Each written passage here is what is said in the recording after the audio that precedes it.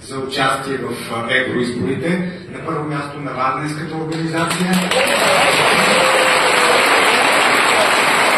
И на всички останали, които повярваха, че можем да направим нещо заедно.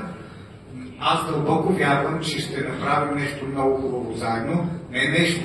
Направо ще ги спечелим тия избори.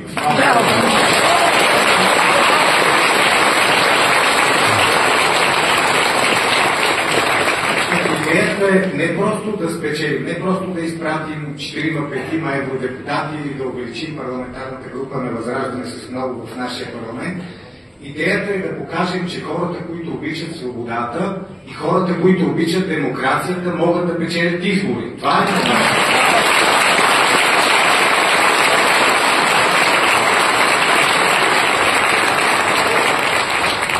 разбира се, да ви разкажа малко за медиите, защото там има много забавни неща.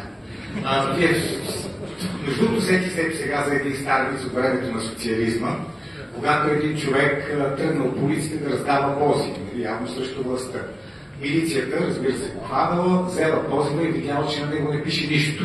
И казала, защо? С тия позиви, на които не пише нищо, и човек казал, той така всичко е ясно, какво да пише.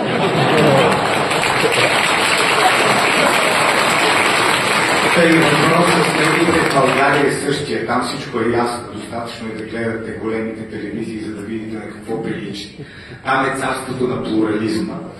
Значи аз много се забавлявам. Пускам си да кажем нова телевизия, или BTV, или БНТ и виждам 4 гости. Викам, сега ще настане царството на плурализма. 4 души, всеки със своето различно мнение и започват те със своите различни мнения. Гост номер 1. Русия е много лоша. Гост номер 2. Не си прав, колега. Русия е отвратителна.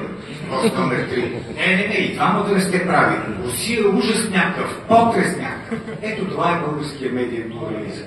Същото може да се каже и когато да кажем същото Възраждане. Нали пак Възраждане е лошо? Не. Възраждане е много лошо. Не. Възраждане е най-лошото на света.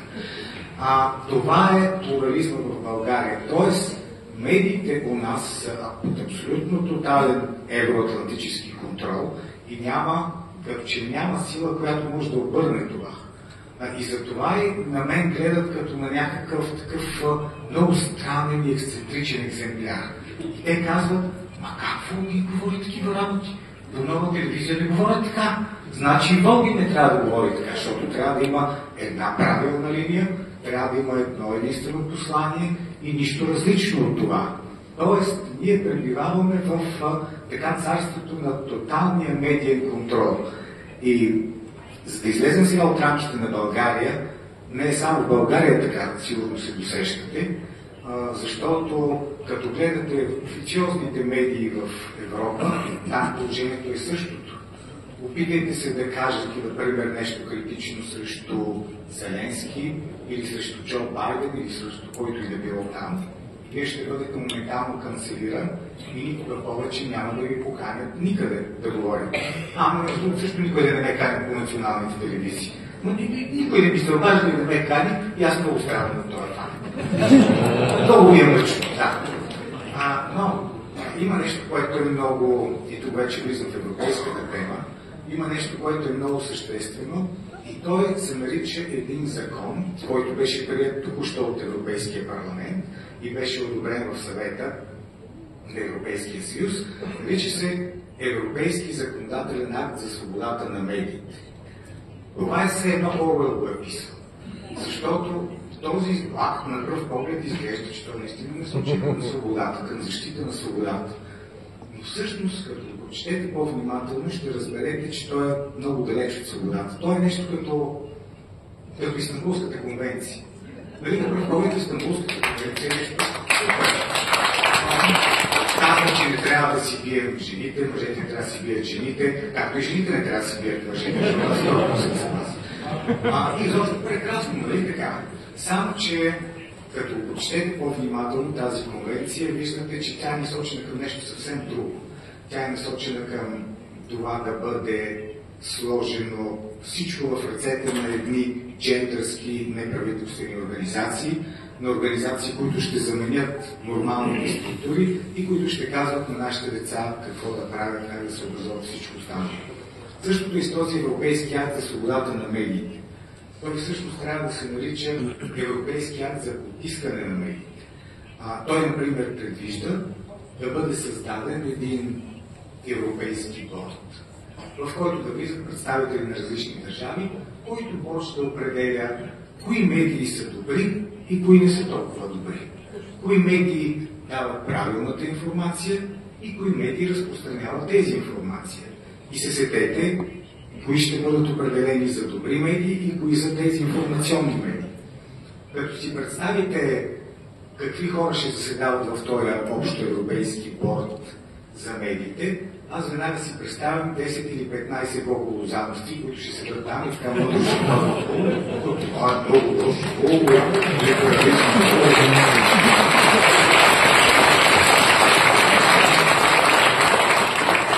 Либерализм е в опасност и за да спасим ние този либерализм прекрасен, трябва да затворим 5 медии в България, 10 в Гърция, 15 в Унгария и така либерализма чудно ще си преживява от тук насетне. Ето това представлява този Европейски акт за свободата на медиите и мен наистина ми е много тъжно, че той беше подкрепен от страшно много евродепутати. Защото там, в Европейския парламент, доколкото знам, доколкото имам наблюдение, ти може да има много свестни хора във всички парламентарни групи, но когато шефа на групата на ЕНП или на социалистите и демократите или на Обнови Европа каза, гласувате по такъв и такъв начин, тогава тези много готини хора, които може да са там, ще гласуват така, както им наредят. На мен много ми се иска тези хора, които представители на Възраждане ще бъдат в Европейския парламент, да не се подчиняват на ето такива неща. Тоест, наистина, свободата да бъде водещата. Свободата да бъде водещата както в България, така и в Европа като цяло. И знаете ли, много често ми казват така евроатлантически настроени хора, и вие що искате да ходите в Европарламента, но искате да излезете от Европейския съюз. Аз казвам, не искаме да излезем от Европейския съюз, просто не искаме да оставим Европейския съюз на вас. Защото да оставим на вас,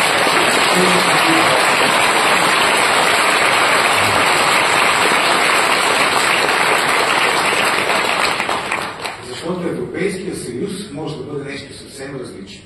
Може наистина да бъде съюз на свободни нации, на хора, които уважават своето национално достоинство, а не са просто пудели, много популярно стана това житичен. Пудели на Урсула или пудели на Байден и така нататък. Тоест, наистина ние можем да защитаваме нашия интерес, можем да направим така, че Европа да бъде Европа на свободните хора и на свободните нации, а не на пуделите.